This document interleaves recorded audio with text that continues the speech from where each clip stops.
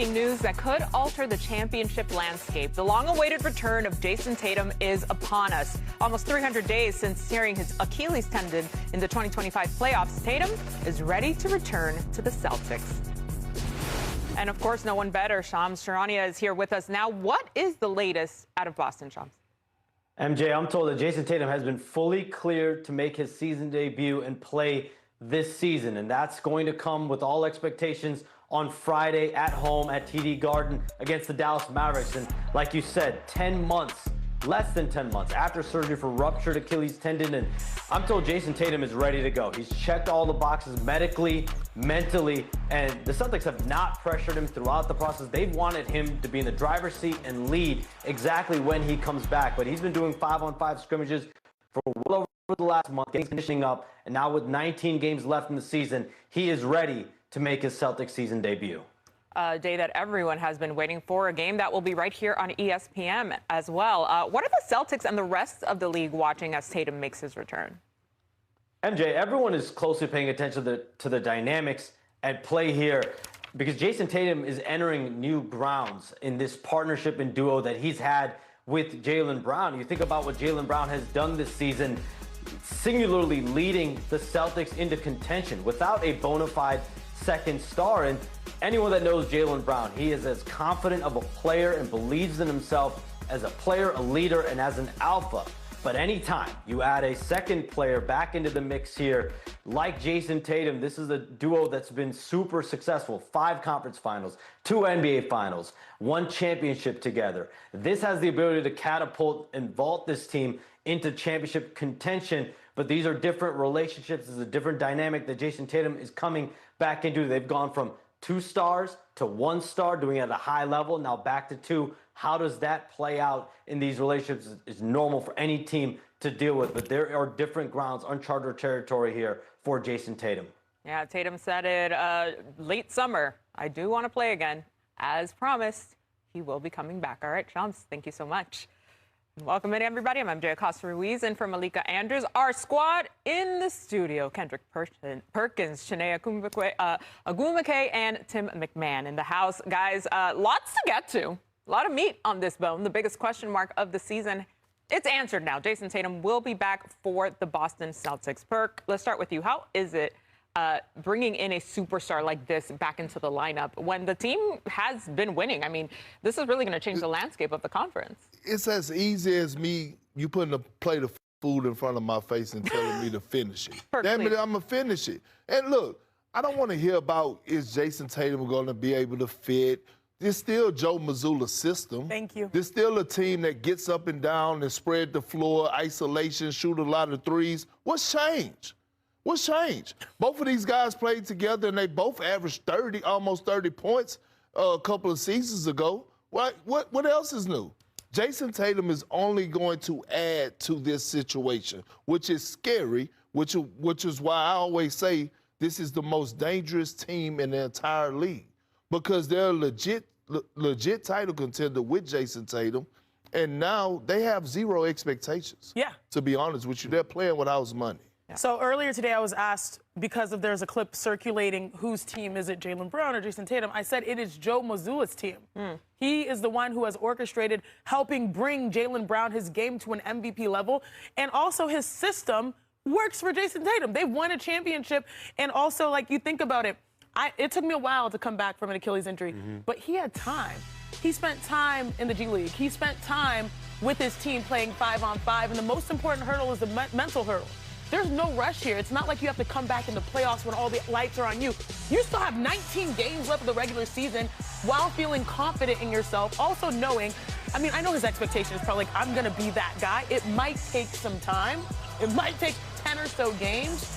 But the fact that he can ease his way into greatness at a point where his team is second in the East, I love this for him. The biggest hurdle, and Perk, you know, we've dealt with injuries, is that mental hurdle. Am I ready? And we heard like rumblings, like, oh, he was questioning himself here.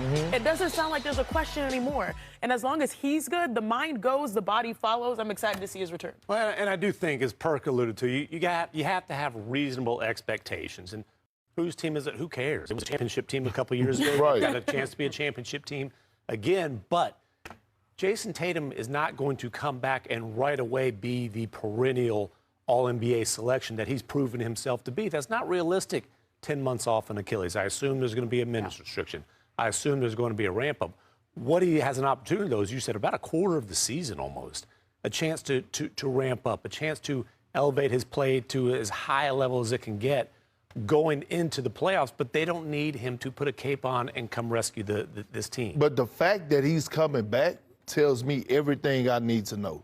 We're talking about 9 months.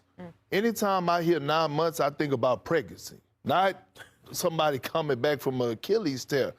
Let me give Jayson Tatum his flowers real quick, because people don't realize how hard it is to come back off an injury like this. I tore my ACL.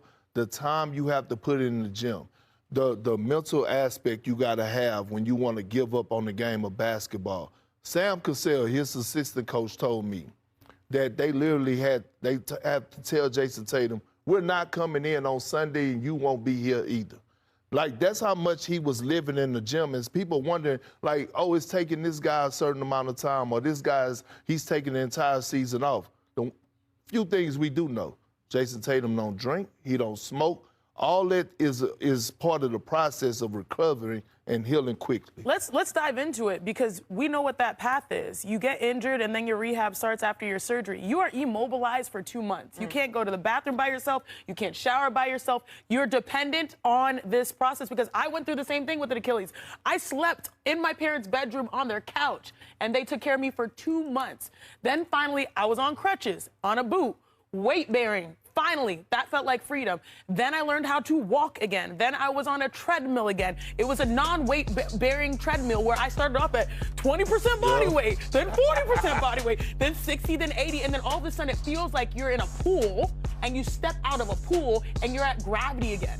Mind you, we're people that are taught that we can fly, we can run, we can jump.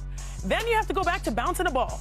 And that felt so natural for you for your entire life, and now you're stepping into a place where not only are you bouncing a ball, but people said you're great and you're one of the best, and you want to be that exact same thing. So I know 9 months is impressive, but more impressive is the fact that he believes he can help his team when they're number 2 in the East and they have a shot at something, and he's not going to bypass that. I love this for JT. Yeah, that mental aspect can't be discounted, and it's not for the weak. You either have that X factor in you or you don't. Tim, how does this affect the rest of the East?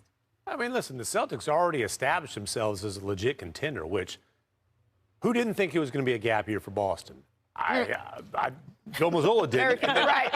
If you weren't employed by that team, you basically thought it was going to be a gap year. They proved that wrong. And so this already is a team that put themselves in a position to be taken seriously. And now you're adding back a guy who's proven he can be a major part of a championship. So I think the Celtics are right in the thick. The Pistons, the Celtics, the Cavs, Knicks. One of those 4 teams. I wanna give this a 10-game appetizer. Look at that, Bert. I mean, and I'm not. But look, I'm not mad at that, right? If anybody have the Celtics as the favorite, I'm not mad at you. You get no argument from me. They have the most championship experience out of anybody in the Eastern Conference. Correct. The only. Right. So, great point, Tim. But what I'm saying is, and you're talking about adding back your all-NBA player, right? I believe it's going to take 10 to 15 games before we actually see Jayson Tatum of the old, right? But, hey, he might surprise us. He might come out in his debut and have a cool, solid 15 to 18 points. But I'm not mad at it. Look, I need to see 10 games, but I might switch up here in 10 games and say that the Celtics or less has leapfrogged the Detroit Pistons. My final question for you guys, Tim and Perk. I still don't put championship expectations on this squad, because what they're navigating is very difficult. Adding a piece this late in the season, also a piece that's trying to work his way back. We all thought that they can surprise some teams. I'm not saying that we agree with the favorites there, but like you said, they're probably the most dangerous because you don't know what to expect. You can get that caliber or you can get something else. Yeah, the sleepy ones, but they've not been sleepy at all. Wide awake. That's been the season so far for them. All right, lots of action on the court last night. Let's check out our big 3 top plays of the night. And at number 3, come on, LaMelo Ball. Let's get into it. He has been so fun to watch. I'm surprised he hasn't had more big 3 moments. Defended by Jaylen Brown, of all people. Ooh. I'm starting to think that that's the norm for him. Right. One-legged? Yeah. He does it all the time. Yeah. Like That's it's not the show off. That's Yeah. that's. Oh, you think that actually is his shot? Yeah. Okay. Number 2, Sidi Sissoko. Yeah. Let's get into this little action. Drew Holiday finds him. Oh, come on, reverse. Oh, look, What? rock the cradle. Crazy. Shout out to Drew Holiday for riding it out. And our number 1 play is Jaylen Brown. Only thing good that happened for the Celtics last I know, night. last night. Celtics banked by the Hornets. One-on-one. When it's that you can. But the slam. Hey, should we And the mention the Celtics. Hornets as contenders in the East? Sure We'll looked get like it there. last night. We will get there. I'm just saying. That means we got like 15. teasing I ahead, know. Tim. That means I like we don't know who's coming out of these. Foreshadow. So Breanna Stewart has plenty of experience with championship celebrations. She's a 3-time WNBA champ, 3-time Olympic gold medalist, and 4-time NCAA champion. Now she's an unrivaled champion as well in just the league's 2nd year. Coming off Miss Champagne Soak celebration after their unrivaled title win, one of the key pieces of that championship squad is with us now. We welcome in the champ, the finals MVP. Breanna Stewart is in the house. Thanks for being with us. Thank you for having me. And yeah, you're right. This champagne celebration was a lot. So I'm happy this is in the afternoon, so I had a little bit of time to kind of regroup. Okay, so have you recovered? How are you feeling today? I'm feeling like I'm halfway recovered. I'm on my way. So hopefully by dinner time, I'll be feeling really good. Was it you leading the charge for the party last night? Yeah, I was a little bit leading the charge. Let's go. I mean, shout out to my Misties, but a lot of them, they didn't know how to pop the champagne. They didn't know what to do. So I was just kind of teaching them all the things. Like, you got to shake it, slowly take it off, and spray it everywhere. So it needed to be a memorable night for everybody. Who better to lead that charge? You have plenty of experience there of popping the championship champagne. I'm so excited for you and for this entire squad. Now, from your perspective as a player who has played both seasons, how much has Unrivaled grown already? Yeah, Unrivaled has grown tremendously. I think the way that, not only the on-the-court play that you see from players being comfortable from year 1 to year 2, but also, where we've gone. Physically, literally, we had tour stops in Philly. We went to Brooklyn for the semis. People are engaged in what we're doing, and it's an intimate setting for the fans. So I'm really excited for what we've done in our first 2 years, and excited to see what's next. But, before I get any further into that, I'm just enjoying winning, enjoying my Misties and celebrating us. All right, let's shift to the WNBA because you are a member of the WNBPA Executive Committee. And yesterday, a statement was released confirming that the group remains united. So how is the union moving forward at this time? Yeah, absolutely. I think we're just that. The union, specifically the EC, we remain united. And I think that, obviously knowing and talking about the letter that Plum and I sent to our executive director, Terry, was supposed to be handled in a private matter, and we're really it's really unfortunate that it became public because we want to handle our conversations, our hard conversations internally, but I think that we're battle tested. We've gone through adversity. We had a great EC call shortly following that night, and we know that we want the best deal for everyone, for all players, and that's really our main priority, and we're not going to stop fighting until we get that. Yeah, now that it is out in the open, even though it's not what you intended, what was the intention behind that letter, knowing now that you did want it to be sort of kept in the cone?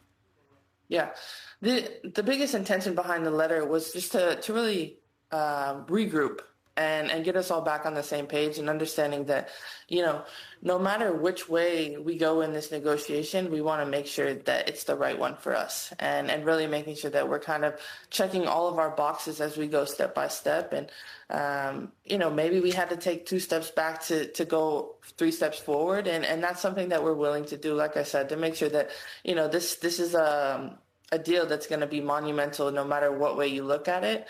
But for more than just the Supermax players, for more than just the rookies coming in or the number 1 draft picks, we want every player from the top to the bottom to feel really excited about the deal that we're going to have, and excited to get back on the court in the W. Yeah, have you been able to speak with Terry directly at this point? Yeah, we definitely have spoke. She was on our EC call.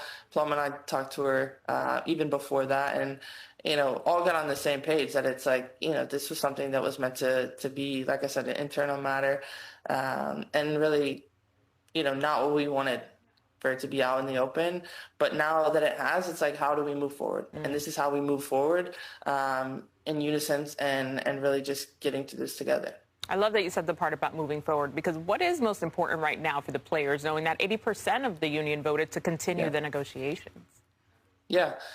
The most important piece for the players right now is to make sure that we're continuing to be a part of, obviously we're a part of the revenue share no matter which way you look at it, but that percentage is a place that we feel happy, that we're continuing to grow as the league grows, and that we have our other benefits that we want, that are housing, retirement benefits, and just being able to kind of negotiate the core. So there's, we want to make sure that the revenue is going up year over year, but also those other pieces on the side where players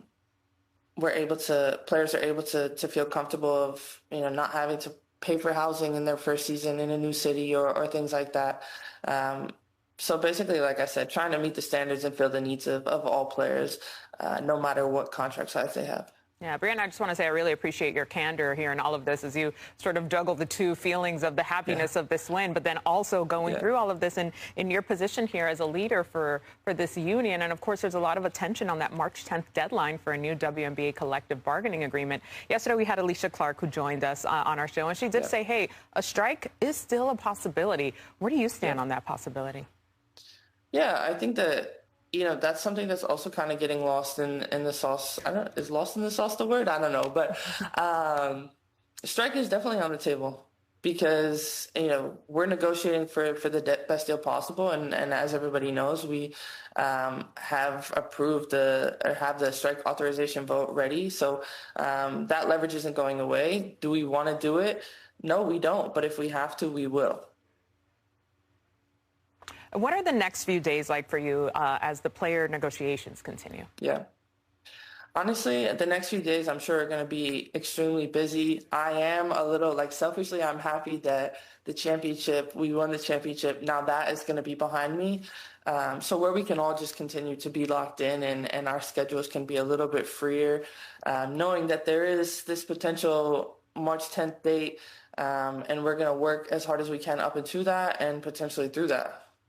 Yeah, Brianna, a lot going on for you this week. I hope that you continue to get the chance to also just live in the celebratory moment as well as you continue to fight the good fight. All right, thank you so much for joining us today, and continue your recovery. Congrats again. I know.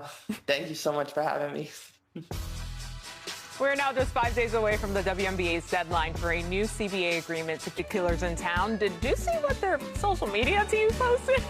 St. Patrick's Day isn't for a couple weeks, but if the Celtics had a pot of gold in Boston, the Hornets took it all. That's cold. All right, here we go. Let's get you right to the action. First quarter. Brandon Miller is that dude. Okay, he is. It seemed like he get one of those once a month. At least. Seriously. At least. Oh, there he goes to the third. Come on, Con. Knipple triple. I love that. Knipple triple. 2K? I'm trying to figure out what the right name is for him. Kobe Come on, White. Kobe White, my curl friend. Great pickup at the trade deadline. Underrated. Don't talk about get talked about it. I agree. Fourth quarter. Musa. Musa on the loose, baby. Big fella. Yeah, the numbers when he's in the lineup, it's great. It speaks to them. Mr. Ice in his veins. This is your shot. There it is. There's a rainbow. Big win, 118-89 for the Celtics. Crazy. All right, for more on the streaking Hornets, let's go in the bonus. So the Hornets lineup of Ball, Knipple, Miller, Bridges, Diabate has outscored teams by nearly 30 points for 100 possessions, best in the NBA among 63 lineups to play 100 minutes together. That's added up to the Hornets winning their last 6 games by at least 15 points. Only the champion 2004 Pistons have had a longer streak in NBA history, winning 8 straight by 15 plus. And the Hornets now have a 71.3% chance to make the playoffs, according to ESPN Analytics. Their playoff odds were as low as 0.004% when they were 4-14 after play back in November 27. All right, revisiting our top story of the day, the Celtics upgraded six-time All-Star Jayson Tatum to questionable earlier today, paving a way for him to potentially make his debut Friday against the Mavs. Now, Tatum ruptured his right Achilles tendon during Game 4 of the Eastern Conference semifinals against the Knicks just over 9 months ago.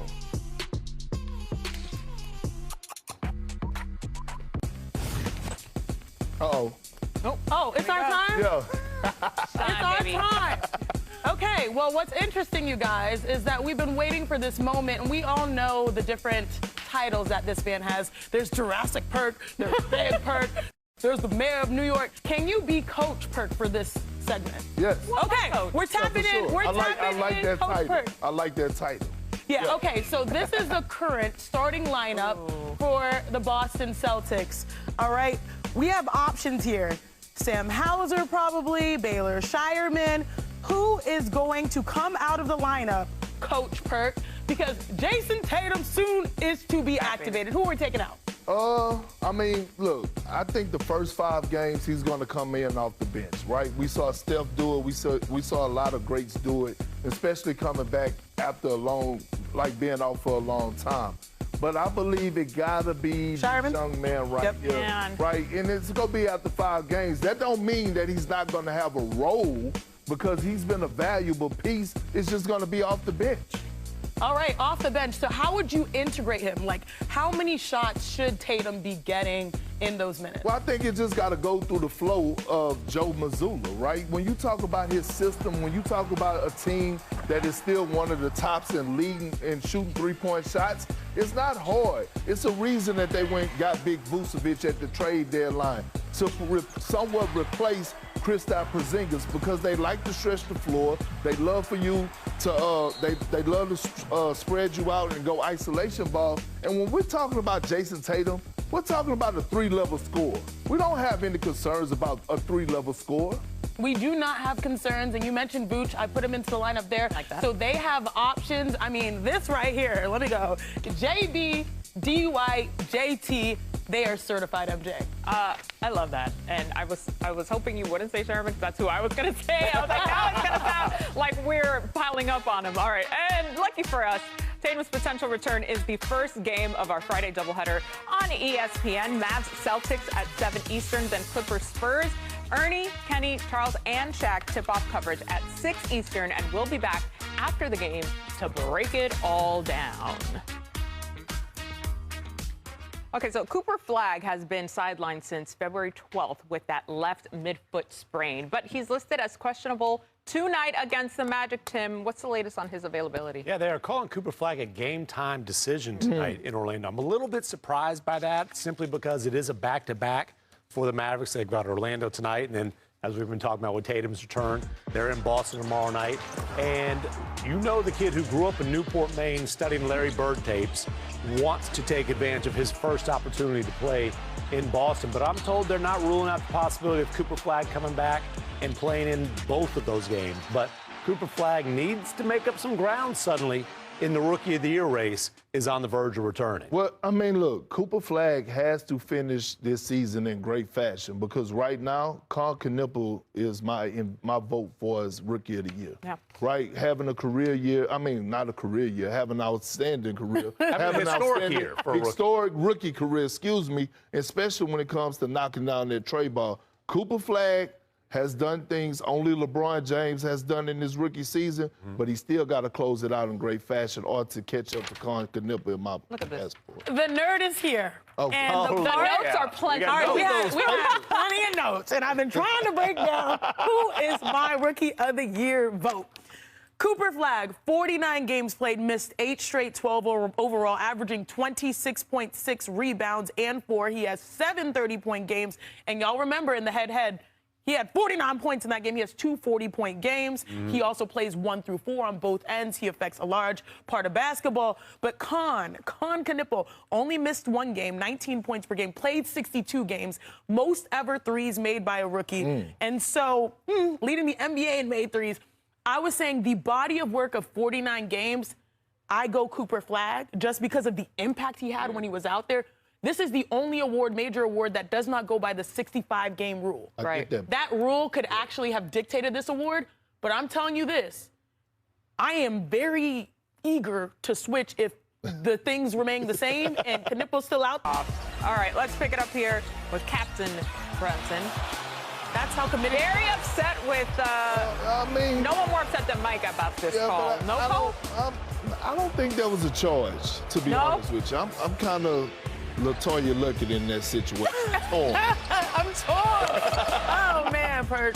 Oh, my goodness. All right, so SGA doing what he does. Chet jumping in. Oh, he was doing more than jumping in. That man had 6 threes on the night. Thanks. I know the headline is going to be the free throws and the sound there, but it should have been Chet Holmgren going beast mode. Yeah.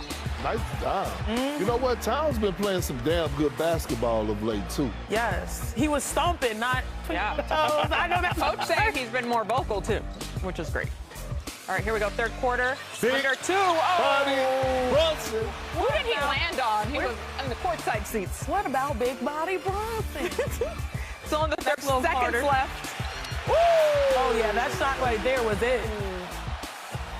Passion. Beautiful. Great. Everybody's hyped up now. New York. This is where they're saying stand up, New York. All right, fourth quarter action. Let's go. Things get spicy. Under 5 minutes left. Watch your head. OG. Okay. Wow. Okay, OG. Nasty jam. Where's OG there? Not Got right. dropped off. Not involved. Crazy. Clutch SGA for you. Look at this. Those Under two a battling minute. it. Oh, he got to his spot. So tough. That's the cap. Big shot. All right, let's regroup. Get it together. Man, 6 seconds. 2 really good Can he looks. do it? 2 good looks right No. there. Everyone's holding their breath. Seal here. it. Seal it for the Knicks. Unfortunately, no. That's not what happened. OKC takes it by 3. Mike Brown on that controversial moment with SGA. You know, SGA he's a tough cover, and he does a great job of convincing the referees, probably better than anybody in the league, that that you know, he's getting hit. You got a black eye, or is that a scratch? What is that? Yeah, a little black eye. Just a little. Yeah, probably a no call. All right, see you guys later. Him not elaborating after that is amazing. Yeah, the reigning MVP has been frustrating teams for a while now, Tim. Are the Knicks just catching up to what the West already knew? I mean, you hear all kinds of complaints about SGA getting in the line, free throw merchant, this and that. He took 7 free throws last night, and one of them was Mike Brown got teed up. SGA going to the line didn't decide this game. By the way, for a 30-plus point scorer, SGA doesn't take a ton of free throws when we look at the numbers through history.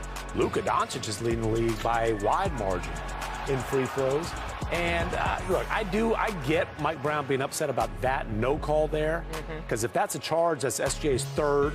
He's sitting on the bench. But the whining about SGA getting in the line when you've got Jalen Brunson, who also is a master at those theatrical arts, I don't know, man. All these coaches and players, they do all this damn crime. What the babies go do? Can we please leave some room for the babies? Here's my thing. We used to praise guys for being able to get to the free throw line. It's a skill. We used to praise Michael Jordan, Kobe Bryant, Larry Bird, like Tim Duncan. When your game wasn't going or your shot wasn't falling, what people used to tell you? Get to the free throw line. Get to the free throw line. So now that we have a guy that, by the way, is one of the most efficient scorers that this game has ever seen, and all of a sudden now, because you can't guard him, you don't know, he's one of the best at making tough shots, and all of a sudden everybody got a complaint. And Tim, like you said, he took 7 free throws. He wasn't even in double digits. I don't even know if SGA, and y'all can correct me if I'm wrong, I don't even know if he's top 5 in free throw attempts in the NBA season. Okay, he's number 3. Okay, he's number 3. But Okay. still not number 1. Perk, where are we from? Texas. What city? Houston. Thank you, sir. Well, I'm from Beaumont. Oh, my I God. was Let's just say Greater Houston. Let's say Houston. Yeah. I grew up. Who was the biggest star of the Rockets of the past decade prior to Kevin Durant? Last decade. Okay, last decade. James Harden became an MVP, and the same things were said about him. when he was manipulating the game, getting to the free throw line, they couldn't guard him. This is the rite of passage of being great. And getting to the line is a consistent part of the game. Like you mentioned, whether it is Kobe or MJ, whether it was James Harden when I was growing up watching the Rockets, right now, Luka Doncic, who I believe paces the NBA in scoring, he right now has 371 free throws. Jaylen Brown is number 2, and SGA is number 3. So let's keep that in center focus. The perspective. Chef's kiss, always. All right, Saturday before the Warriors and Thunder, Ernie, Kenny, Charles, and Shaq tip off coverage at 8 Eastern on ABC. They'll also be back after the game, of course, to break it all down on Inside the NBA. That's pretty interesting. Yes, Sasuke! What it do, baby? I got 5 kids! I ain't scared of nobody. It's on the wall! Every basket I have to earn with meat. What? Damn! Malika's not here, so I'm going to try it, guys. It's Friday! It's actually Thursday. Friday. Good try. So let's have some fun. It's our new hit game. Thursday. It's Jueves. We'll take a look at some quotes that caught our attention and ask our esteemed contestants. It's my Friday. Who said that? Sound good, guys? All right. Dang, I'm still off. The standings, very important. All right, Sinead, you're first. Who said this? I was terrified. There was no way in hell I was taking a charge. He was running too fast. Was it Austin Reeves, Jamal Murray, or De'Aaron Fox? I know who it is. Oh, snap. I'm going to go with De'Aaron Fox. Dang. Negative. It was Austin Reeves. It was Reeves? Getting out of the way. I was terrified. Business decision. Yeah, there was no way in hell I was taking charge. He was running too fast. Because it was. Oh, was it on? It was 284. Oh, well, that makes sense. Decision. Feel me? Decision. He didn't just get out of the way. He went like this. I get it. All right. Here we go. Tim, who said this? He's an NBA scorer. How many times do I need to say it? He came out the womb with 20 points. Was it Mike Brown, Rick Carlisle, or Steve Kerr? Oh, I know a cranky Rick Carlisle quote. Trust me, I've heard a bunch of them. This is Rick Carlisle talking about Benedict Mathurin. Look, he's an NBA scorer. How many times do I need to say it? I mean, he came out of the womb with 20 points. All right, Perk. All right, Perk, you got this, man. You're up next. Who said this quote? I don't know if there is such a thing as the basketball gods, but if there is, he was alive tonight. Was it LeBron James? Giannis? Oh, no idea. Honestly, That's a LeBron type quote. Definitely not Doc or Giannis. That's a LeBron James type quote. What? I knew it was Doc! And I'm supposed to know. I don't know if there's such thing as the basketball gods, but if there is, he was alive tonight. well, You're the one that told me about basketball goals. he was missing in action for the Milwaukee last night. I can promise you that. They got to say their prayers. Andy, can I say this full quote? Okay. Every word? Okay. Here we go for everybody. Who said this? We played like ass today, but we won the game. Was it Ant, Josh Hart, or Jalen Duren? Educated guess would tell you who it is. Right. Yeah, if it's not profanity, it's probably Ant. Has to be. Yeah, of course. I mean, that was like a low hanging Never fruit. change, Ant. We love you the way you are. But, I mean, we won the game. He said it. It was what it was, but we got the dub. Ladies and gentlemen, the last time the Spurs and the Pistons met, it was absolute cinema, which means it's time to go shot for shot. Big bro, little sister, round 2 tonight. It has everything. It's got an MVP candidate. It's got an alien. It's got physicality, and it's got that old school NBA feel. It's a perfect opportunity for Perk and I to really break this down. So I'm going to take the matchup of Cade Cunningham on Stephon Castle, because if you look at the box score, Cade was only 5 for 26 from the floor. Here's Castle guarding him in single coverage. The switch with Vassell happens here. Normally he's in his bag, but guess what? They got the alien on the backside. So he usually gets loose here. Instead, Victor Wembanyama gets the block. They're out and running. Now there are multiple screens to try to get him open. Screen number 1 right here. Screen number 2, a nice little brush screen. He gets to his spot again. Victor's just waiting and baiting and waiting and baiting. Makes it so hard for Cade to get the looks. When Cade does not shoot 40%, this team really, truly does struggle. Look at this here. On February 23rd versus Spurs, he went 1 for 9 on layups and dunks in the half court. I have a feeling that might change but it depends on what you focus on. I focused on the guards. Perk, you take the post. Well, that guard stuff is cute, but I like to go ugly. I like to for guys who like to get their feet hot and mix it up in the paint. And I'm looking at the matchup of Wemby and this grown-ass man, Jalen Duren. And I want you to see this right here. This is 101 tomato chest. I'm putting you in the basket. I understand everybody else is afraid of you. I'm not. Here it is. Look, dribble hand. Off, roll to the basket, and I'm going to put you on the poster. The man is a man-child. Now, listen, Victor Wembanyama in this game had 5 blocks. He was 6 for 16 from the field, but Jalen Duren was a monster. I believe he had 24 points and 16 rebounds. I'm looking forward to seeing that battle tonight. And not to mention, 4 for 6 with Victor Wembanyama as the contesting defender. He fears no man. Crazy. Okay, Tim, so the Pistons have a chance at getting some revenge tonight. We love it. What do you need to focus on and that they need to focus on if they want San Antonio? Yeah, 3 points of emphasis here from the Pistons coaching staff. Number one, you've got to get Cade's mid-range game going. Janae, 1 of 9. That's a dunks and layup. That's a Wemby stat. Cade is an elite mid-range shooter, 50.3% for the season. As far as the high-volume mid-range guys, only Shea has been better. He has got to be effective on these because the stuff in the restricted area, when the alien's in there, it ain't easy. All right, the second point here is they've got to get stops, they got to force turnovers, and they got to run.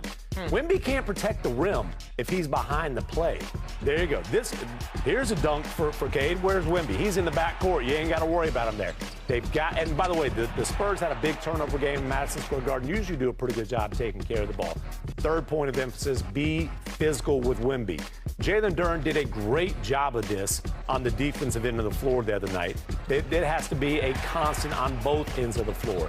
If you got guys trying to finish in the lane, you got to get those Gortat screens, those little dirty shots maybe that Perk used to take on people, you know, little And hey, if you're going to try to finish over Wemby, it ain't over. It ain't around. It ain't no finesse. You got to go through his chest to have any hope against the best rim protector maybe we've ever seen in the NBA. Tim said, be aggressive. Not be aggressive. All right, for more on that game and everything NBA tonight, come join me over on the Association on NBA TV and the NBA app live at 7:30 Eastern. I'll be there with Coach Fizz and Rolo Robin Lopez covering all of tonight's top highlights and stories. Double six, baby. Working 9 to 5. I promise I'll stop singing, y'all. And it's Trey Day in the district as Trae Young will make his debut tonight against the Jazz. Trae Young has already made headlines with the Wizards. Monday night, he was ejected after walking onto the court and arguing. So let's go to top of the top, because we love a little Trae Young moment. So we have a few of them for you. Let's start with top ice Trae, shall we? This is 2021. Young secures the rebound. Okay. Throws behind the Look at her wrist. John Cobb, look at her wrist. What? Hey, let's not act surprised. He's been one of the best passers over the last. It's true, but my God. Oh, my Lord. Here's number 2, sophomore year. Oh, man. Giving the work to Aldridge. You see the tiny tempo dribbles in between? It is nuts. And number 3, 2023. And he looked up. He was like, yeah. Sorry, Murray. Wow. We missed this. It's nuts. He just need to get his boy back. He does. He'll get there. All right, next up, top Trae versus the Knicks, game 1 of 2021 playoffs. Oh, man. Floater. That series lives rent-free. Yep, every time. That man ignited a likes to rivalry. Yeah. Trae dropped 23 and 10 in a win and let the Knicks fans in the arena hear it. Oh, this is the best. Just take it in, guys. I hope these New York fans find their way to the exit real quick. Boo, take out song. Oh my God, we love it. First of all, Why did we beat that ass and not the other one? I don't know. Them booing him halfway out the door. Amazing. Here we go, NBA Cup, getting the last laugh on the court. Roll the dice. Take him up, take him I'm up, here take him for up. Finally, we have the top game winners. Rookie year, Trae Young recovers the bad inbound pass. Still manages to hit the jumper, Crazy. the buzzer. The switch up. Barely got it off on time. Shimmy. Wow. Last season, tie game. Dancing with the First stars. Distance, let's go. Trae steps back. Man, that shot is Wow. pure. When you're clutch like Trae, you can just walk off. Bye. Lastly, tie game from last season. Trey heaves. What? That's why they call him Ice Trey. Yes, it is. Burr. He said bye. Adios.